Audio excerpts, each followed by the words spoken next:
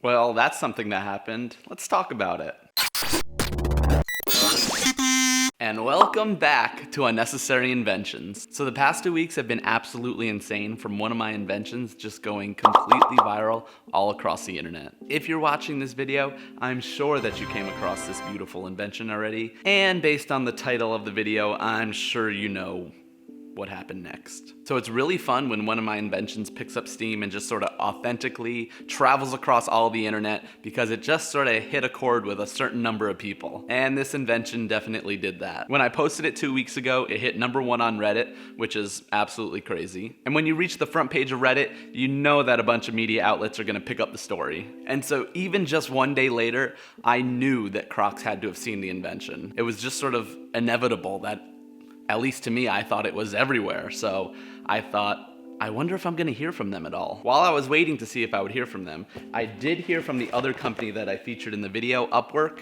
They sent me a whole bunch of Upwork merch, which was pretty awesome because they thought my video was awesome. So thank you, Upwork. And almost a whole week had gone by and I had not heard from Crocs. And then, actually when I posted this invention, I was on vacation in Maine, so I wasn't paying super close attention to my email or anything. But when I got home from vacation, I saw this guy. And in it was a cease and desist from Crocs. I'm not gonna go too much into the details, but basically they wanted me to take the inventions down because I was using the Crocs name and the Crocs logo on the side rivets. And I definitely understand them sending this to me. I was sort of expecting that if I would hear from them, it would be two outcomes. One of them would be, wow, that was so great, here's a bunch of free Crocs, or take it down immediately. I do sort of wish that I had gotten contacted by someone from the brand first instead of getting a letter from a lawyer, but what can you do? But if you look at all of my inventions, it's very clear that all of my products are made completely out of parity. Like some of the other inventions I've made, the hyper bag, for when you start hyperventilating trying to put together IKEA furniture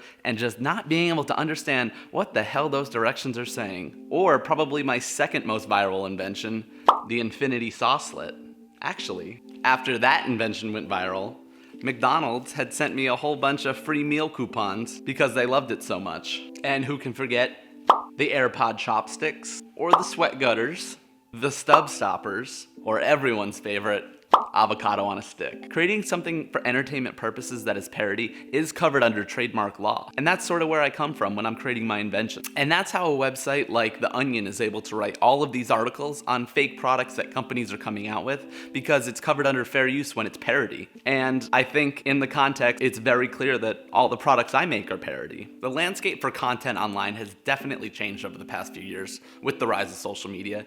And it can be a little bit difficult being a creator, sort of knowing where those boundaries are and how certain people are going to respond to them. So I definitely do not fault Crocs at all for sending me this. However, I wasn't quite sure how deep of a dive they did into unnecessary inventions and how ridiculous all of my products are. None of the inventions I create are even available for purchase anywhere online. When I was doing the research before I created my video, I came across all of these videos that were online of people making all sorts of different Crocs items, so I thought, oh, alright, they must be cool with it. And I was sort of creating this invention with the lens that I thought Crocs was a really cool company and that they understood social media, they understood kind of how content creators work. They have some amazing collaborations to get some great PR. But fair use is definitely sort of a gray area when it comes to creating content online, and it definitely is situational. I think it definitely can be intimidating for other small creators to get contacted by a large company, whether it's a copyright strike on a YouTube video, a cease and desist letter in the mail, just not really having that legal team behind you that another larger organization might have. And I think a lot of smaller creators will fold under the pressure, just not really knowing what they should do next. Instead of just taking a step back, looking at the situation, and seeing where you were in the right and where you were in the wrong. I followed H3H3 Productions through their entire lawsuit that they went through a couple years ago, and they ended up winning a landmark case in fair use. And I think that definitely helps set a new precedence on what creators are allowed to do on this platform. So I'm absolutely not here to fault Crocs at all. I'm just here to hopefully inspire other creators to kind of take a look at the content they're creating, and if they do get contacted by a company, take a step back and do some research online and figure out where exactly you stand. I still think they're a great company. I still think my invention is absolutely hilarious. So I replied to their letter on Monday, sort of outlining that I thought I was operating within fair use, and it's Friday now and I'm still waiting on a reply, so maybe I'll keep you guys updated, but Whew, fingers crossed I get to keep it up. I think with the cycle of the internet that